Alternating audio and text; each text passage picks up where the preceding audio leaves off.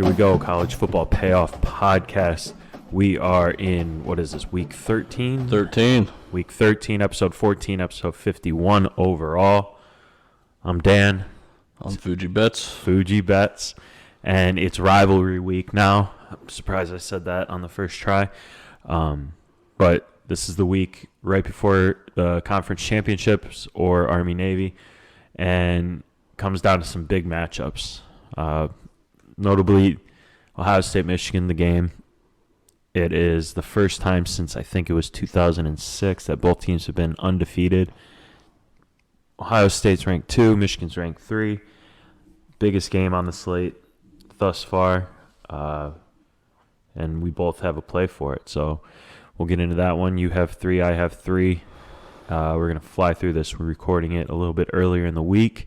Happy Thanksgiving to Happy all Thanksgiving. Our American audience. Yes, and our Canadian audience. Happy Thursday. Just happy what? It's just a regular Thursday for them. Oh, okay. Their Thanksgiving was like last month or something. Oh, they have Boxing Day the day after Christmas. Right? Yeah. Okay. Yeah, So happy Thursday to the Canadians. But yeah, so we'll fly through this one. Real easy listening. Quick recap of last week though, our 50th episode. We both went 1-2. There were some tough losses in there. I had TCU minus 2.5, and the end of that game was just wild because they had no timeouts left. I didn't even realize they didn't have timeouts left. They ran the ball, and then they ran their special teams unit out on the field to kick the game-winning field goal. I thought I had somewhat of a chance for a touchdown, but no idea what was going on. But their coach said they practice it all the time, so that's pretty wild. I don't know if I believe them or not, but that was one of my losses. Then Oklahoma State, yeah, they got shellacked by Oklahoma. My lone win was the San Diego State minus 14 on Friday night. And then what was your recap?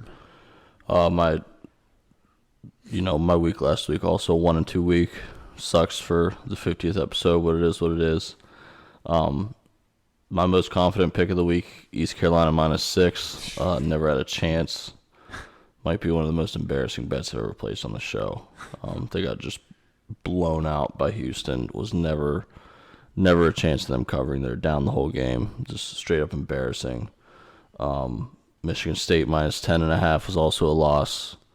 No pride with Sparty. They didn't want to make a bowl game. Mel Tucker slowly turning into a fraud. Yep.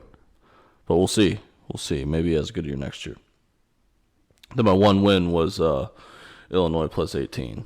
That one was pretty easy, to be honest. Covered that one by a lot. And, Illinois had a chance to win that game outright. So, it's kind of weird what happened at the end of the game. Clear offense pass interference, pick play by Michigan to put that one away or to give them the opportunity to kick the game-winning field goal. But it is what it is. Last week, 1-2 on the season, 23-16. So we're still pretty good there. We're looking to finish strong. Rivalry week, championship week, and then the bowl season.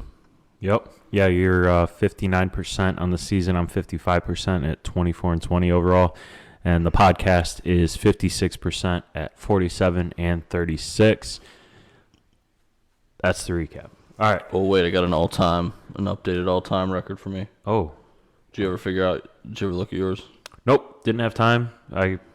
But now that the holiday week this week, I'll do it during Thanksgiving. It's all good. This is a hobby. We're not pros. How about we'll get it before we do the conference championships. That'll give me that's good. Enough time. 107, 79, and 1. Wow. All time. Not bad. So beauty. Yeah, I'll get you mine before the conference championship games. All right. I mean, let's just jump right into this first one. It's the biggest game. We're not going to save the best for last. We're going to kick it off with Ohio State, Michigan in Columbus. As always, this game is at noon Saturday. And the weather, because I'm big on the weather this week.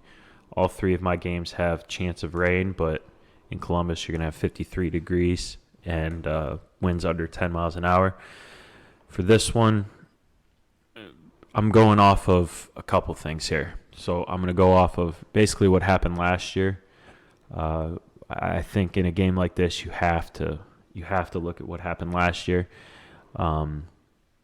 Location of the game, which Columbus, Michigan had great home field advantage last year. Columbus is going to try to one-up them this year. And then both defenses are superb. So Michigan has a top 5 national defense. They're number 1 in total defense, number 2 in scoring defense, number 4 in rushing offense. I know that's not defense, but it just kind of flows. But that offense, the number 4 in rushing offense, is going to roll me into my next topic, and that's Blake Corum. Blake Corum had to leave that game against Illinois late in the first half, hurt his knee, and it looked bad. He tried to jump over a guy. Guy went low, saw his knee buckle, and as Corum flipped in the air, he actually fumbled the ball because he was reaching for his knee before he hit the ground, so that's not a good sign. They brought him back for one play in the second half, and that was it. Didn't play the rest of the game. They're being pretty hush-hush about this. They're not saying if he is good to go or if he's lingering injury. They just, today at noon, so we're filming this on Monday, and they're saying no update as of noon today. So I don't know if that's a tactic on them. Do you got an update or? Yeah, so just to chime in here, wait, did you say your pick yet? Sorry, I was. Oh, sorry. I'll say my pick so that you can chime in as well. Yeah. The pick on this one is the under 57.5. Nice, me too. There we go. Yeah, so we're in unity. Unity here. We're, brothers in arms on this bet. Brothers in arms. Looking up some Blake Corum info on gambling Twitter today, I did see Michigan offensive tackle Ryan Hayes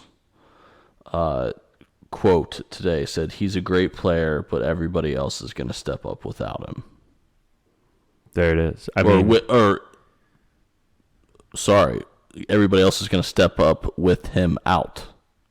He actually said out. The lineman did. So, but if we look back to last week, I think Oregon may have purposely planted a fake. Yeah. Remember when the Oregon wide receiver last week said that Bo Nix is going to be out? Yeah. So I don't want to jump the gun on that news, but I do look on the site that I bet on, and they have taken down the Ohio State-Michigan game. So it's early signs are looking that Blake Corum might be out of this game. Wow. And that's huge for our pick for the under. So you need to jump on this one because this line's moving fast. But we were recording on a Monday, so we're taking the 57.5 no matter what happens. Yes. Oh, yeah. So. God, yes. But because that plays into it is Ohio State, Michigan. Let's talk about Michigan first. Michigan's offense is through Blake Corum. They That's really, their whole offense. They cannot do anything else. And if you take that out, Ohio State's defense has improved. Their DBs are still a little shaky, but their defense has improved. And take Blake Corum out of the picture, I don't see Michigan scoring too many points. 57.5, you're still looking at a 32, let's say like 32-26 game or whatever it is. 31-24 covers this. Yep. Yeah. So, I like that. And I think Stroud is going to struggle this game. Yeah. You can't just force the ball to Marvin Harrison Jr. the whole game. And on top of that, I don't know if Trey Henderson's going to be back. I don't know where Mayan Williams is real deal. Mayan Williams is a tank, but for him to miss games and to be out is a big deal. Ohio State did find their next great running back, I think, against Maryland. Dallin Hayden. Yeah. He's explosive. Wasn't he originally fifth on their depth chart this year? Mm-hmm. Yeah. So he just won't be able to do what Trey and Williams do, but he'll be able to get them yardage, but I still can't take the 7.5. No. So, yeah, because if you look at opposite sides of the ball, Ohio State's offense against Michigan's defense, that's going to be a battle because Michigan has a great defense. Ryan Day is the Kevin Stefanski of college football when it comes to calling plays. It's an Ohio thing. Yep. Yeah. Sorry, but Ryan Day is just stupid when he calls plays. Let's put it that way. Stroud, I think Stroud's completely overrated. He's scared, and I think he was scared last year when he played this team. He's going to get hit once or twice, gets happy feet in the pocket. Yeah. If they don't call just like crossing routes and let Harrison or Fleming or Stroud run loose, or not Stover run loose, then they could be in trouble. Stover could be the key to this game for Ohio State. Mm-hmm. But on top of that, back to the Stroud conversation, is it is known to have a futures Heisman ticket on Caleb Williams that I checked today. I placed it on July 28th. So I really need Stroud to. I don't want Ohio State to lose. Because you're a Buckeye, so I want them to win. But I do not want Stroud to run away with the Heisman with this game. I think you'll be fine there. So that's Ohio State's offense against Michigan's defense, and then you flip it over, and you got Ohio State's defense, which is coming into their own, and then Michigan's offense, who sounds like they're going to be without Corum. This could be a low game. This could be a low-scoring game. I'm very confident, and I'm even more confident that we're both on the same page when we didn't say a single word to each other about this game today. I like that. It's going to be the best game of the year, hands down.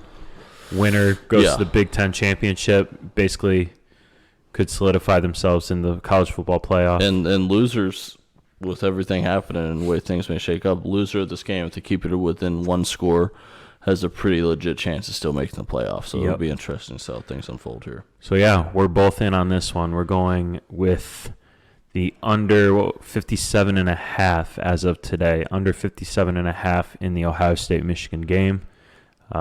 That's going to cap off fantastic Thanksgiving week. Yes. All right. Let's go. We got two more each. You want me to... Do you want to go or you want me to go? What do you want? I'll go with this one. Let's see it.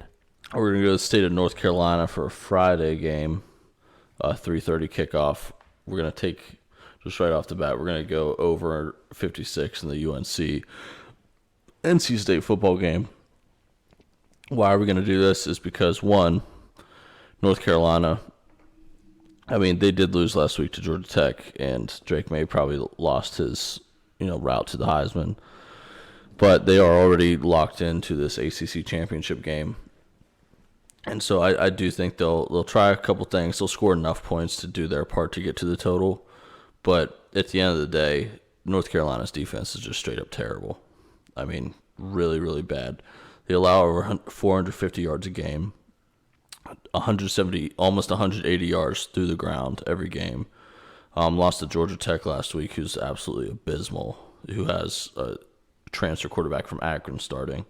But NC State has been too hot themselves ever since the injury to Devin Leary, which has caused NC State to go with a bunch of different backups and have to find different ways to put points up on the board. I still think it doesn't really matter who plays against this UNC defense. I do think NC State will be able to score enough, and with how good UNC's offense is, I think 56 is just about the right number. I think we can see a 33-30 game here, 33-27 game here, high 20s, low 30s. But at the end of the day, I look back in the past 5 matchups between these two teams have all gone over this total of 56. So I'm just going to lock it in here in Chapel Hill. I don't think it'll be too packed of an environment because UNC is looking forward to next week. So they do have a chance to let NC State run it up even with a backup quarterback. So let's go over 56. Nice. So we got 2 games with the totals. I'm going to make it the third game with the total, and I'm taking an over as well. We're talking about the South Carolina Clemson game. Total is set at 50.5 right now, and I'm going over in that game. This is noon. Clemson, I think it's chance of right now, 50% chance. Again, 60-degree weather, so it shouldn't be too much of a problem. But Clemson, South Carolina, over 50.5.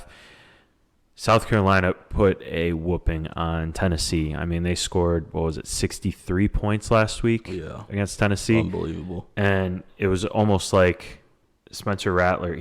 Spencer Rattler, I never really thought he was that good of a quarterback, but it's almost like in some kind of a big game, which a rivalry game. I feel like it's his first game in this rivalry, right? Clemson, South Carolina.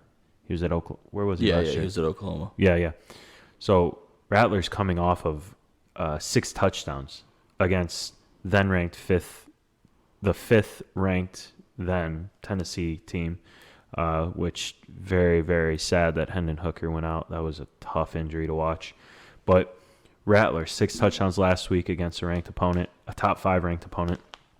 And it's like him and Beamer, the head coach, have been a great duo this year. They won multiple games by double-digit margins and at least 50 points.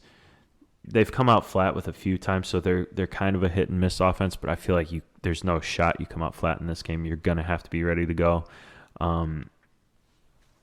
They're going up against Dabo, so you got Clemson, who their defense is 28th, but they're without Brett Venables, who, I mean, that's been hindering this team. They've lost games because of it. They've given up a lot of points because of it.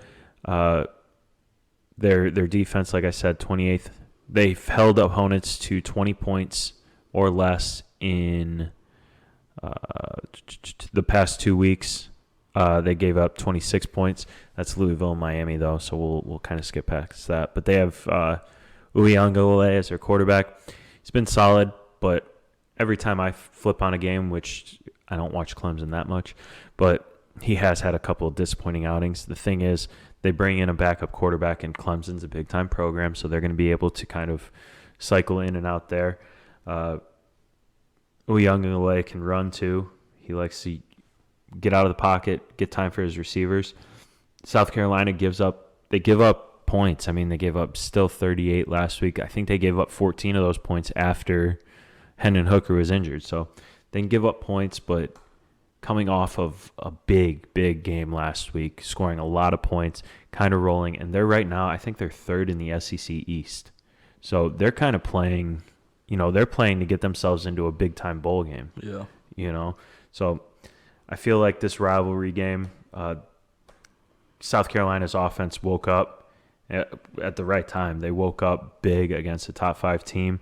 Uyunglele and Rattler can both be very dangerous, and in a rivalry game, like we say, it's you kind of throw certain previous bad games in the season, you throw them out the window, and you say, all right, let's go. Weather's going to play well for the quarterbacks. I think this is pretty easy. That this is going to go over 50.5. You're looking at what, 27, 28 to 21, or well, that's 49. 20. let's say 28, 24, or 36, whatever it is. But I feel like one of these teams has to be up in the 30s, and not too many injuries. Looking at here, yeah. So it looks like everyone's going to be there, all the important people, and yeah, we should see a lot of points scored in this one. I'm going over 50.5 in Clemson, South Carolina. Okay, I like it. You know what? This one was tough to take. It's a tough board, short week. I am worried a little bit about Quinn Ewers and his performance the last couple weeks. But at the end of the day, I think with how bad of a letdown spot it is, an emotional letdown spot for Baylor after losing that game to TCU in the fashion that they did last week, wanted to be spoiler and things like that, just wreck a team's morale. Man, I wanna go Texas -8.5 here. So, you know what? I will add a 4th one actually, though, just because it's the right thing to do. Okay. But Quinn Ewers has not been too good the last few games. Just was abysmal against TCU. Couldn't get the ball moving. And then last week, even though they beat Kansas 55-14, Ewers only had like 112 yards passing. He averaged 5.1 yards of offensive production per pass, per attempt, not even per completion. So, I mean, just not really what you would think we would be seeing out of him. I don't know if he's still hurt or what the deal is, but on the other side of the offensive game is not. You just have a Heisman candidate or preseason Heisman candidate, Bijan Robinson, who went off for 243 yards last week and 4 touchdowns. So I think that combined with, Baylor giving up over 130 yards rushing per game, even though they have Dave Aranda, who's a pretty solid defensive mind, one of the better defensive mind, definitely one of the best ones in the Big 12.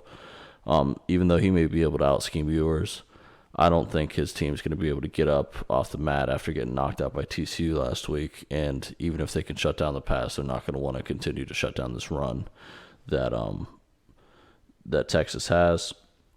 Texas's defense, on the other hand, is been trending pretty well the last couple weeks. They did shut down TCU to only scoring 17 points, which is the lowest that TCU scored all year. So I do think that although Texas's offense is not what we're going to rely on here, I do think their defense can help us out on the other end. Baylor's had injuries at quarterback. They flip-flopped. They don't really have any consistency. End of the year game, they're not going to want to get up off the mat and have to go to Austin. Let's go Texas minus 8.5. All right. But I will have one more, just a little quick one. Oh, okay. You know what? I'll just throw it out now. Go for it. I was waiting I don't have really a big analysis for this outside of, this is for a spot in the Big 12 championship. Ranked matchup, Civil War. But I'm going to ride with Bo Nix, -3 at Oregon State. I was looking at this line all day. It was at Oregon -3.5. But when we were recording, check the odds screen here, just bumped down to Oregon -3. So there's my fourth pick, Oregon -3 for Rivalry Week. Yeah, I was looking at that. I guess Bo Nix is good to go, yeah? Oh, he played last week. I know he did, Yeah, but so I saw there was one hit where he got up kind of gingerly. He got up pretty tough. But if he played last week, and they still did pretty well, won against Utah, which is a really tough team to play against. Now, Oregon State, I think, beat Oregon last year, if I look back at it. But I think Oregon still, they're technically still playing for a playoff spot. They could mess around and beat USC and somehow sneak in that fourth spot, or even third if Ohio State, Michigan loser makes it in. So we'll see what the deal is. I think they're going to go hard no matter what. I think they're focused. They can get up for this game. Give me Oregon -3. Nice. All right. So the rare 4-pack from Fuji on this one, huh? I don't do that too much. Not a lot. All right. That little Thanksgiving present. There's your Thanksgiving dessert. Okay. My last one, Illinois Northwestern, is a game that not many people want to watch. We got currently, I think Illinois is, see on here it says -10.5. On my sheet I have them at -13.5. Can you give me an updated odd on that? Yes, I can. Illinois Northwestern. This is Saturday. Saturday in Evanston, Illinois, and the weather there is, it's going to be 48. I mean, it's Big Ten football. 48 degrees, 50% chance of rain, but wind under 8 miles an hour. So it's not going to be like the Northwestern game where you have 50-mile-an-hour winds and Ohio State couldn't throw the ball. But just checking on that spread, whether it's 10.5, 14.5, whatever it is, I'm going to go with Illinois in this game. I got it at 14 right now. 14? Yeah. Yep, we're going to take 14. Illinois is coming into it off of a great game last week against Michigan. 19-17, but the big thing there was Chase Brown, and he's been a sneaky star in college football this year. He runs the ball really well. Man, last week, 29 carries for 140 yards. Even their quarterback, Tommy DeVito, he still was close to 200 yards. He only had 9 incompletions. So that's a 119.8 quarterback rating. No picks. But Illinois was able to move the ball against Michigan at Michigan. All right. Northwestern has not won a game in the United States this year. All right. That's true. 10-game losing streak. Yeah, they're 1-10, and their only win was in Ireland. Who was against Nebraska, who was still coached by Scott Frost. That's true. Yeah, Scott Frost. And that tells you a lot. So Northwestern's just having a terrible, terrible time this year. And Illinois, you talk about Chase Brown being the mainstay in their offense. So they're a running team. Northwestern, they've given up over 2,000 yards on the ground this year. So which comes out to about 194 yards per game on the ground, 21 touchdowns on the ground as well. They're pretty good against the pass, 187.7 yards a game, 17 touchdowns, so they're like 17th in the country when it comes to passing defense, but their defense is on the field a lot, 62nd in the country, and they're giving up about 27 points per game. They're giving up points, but the big thing too is they are not scoring any points. Their last 3 games, they've scored 9, 3, and 7. That's been against Purdue, Minnesota, and Ohio State, respectively. They scored 13 against Iowa. That's to be foreseen. But Iowa put up 33 points on them. They scored 24 against Maryland. Maryland's not that good at defense.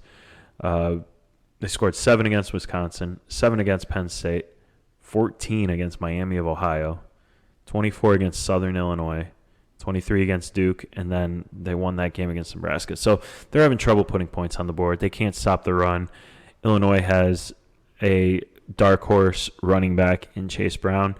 I think this could get away from them. They're just trying to end the season right here. They don't want to do this anymore.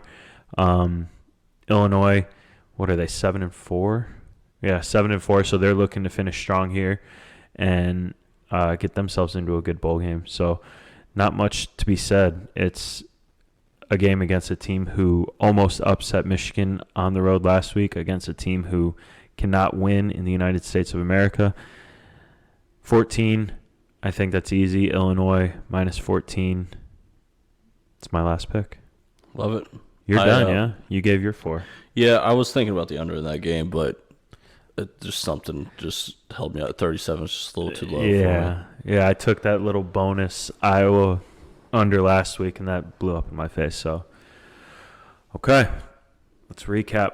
Let's get in, get out. I got South Carolina, Clemson over 50.5. Illinois minus 14 against Northwestern. Michigan, Ohio State under 57.5. Fuji has that as well. What are your other 3? My other 3 are, aside from the under 57.5, is the UNC NC State over 56, Texas minus 8.5, and Oregon minus 3 in the Civil War. Civil War. All right, rivalry week. This is the last week of games. Then you got Army, Navy, and then you got the conference championship, right? By the way. Conference championship and then Army, Navy. Conference championship, then Army, Navy. Yep. See, I flipped them around bowl there. Season, Heisman season. So, bowl season, or conference championship, we'll run through those as well that week, give out a few picks there. And then when we get into our bowl season, I think we were talking today, I think we're going to break it down to maybe 3-4 episodes, give you rundowns of each game, might not give you a pick in each game, but tell you which way we're kind of leaning. Yeah, I'll give you a lean or a lock. Yep, lean or lock. That's the episode title. Leans and locks. Love that. All right. Go ahead and hit them with the socials real quick, and then we'll get out of here. Yeah, follow Dan at dposk13 on Twitter. Follow me at FujiBets, and then most of all, follow the pod at CFP_pod. Hopefully we can drive some traffic because college football playoff is getting in motion here, and teams are getting selective. So hopefully people miss that L when they're typing in playoff and accidentally hit payoff and pull up us. That was our marketing. That was our branding that we thought of. Make sure to share with your friends, like, subscribe, all that good stuff. Yep. Find us wherever you listen to podcasts. We're on YouTube. Find us on Spotify, Pandora, Stitcher, Overcast, yeah. Stitcher.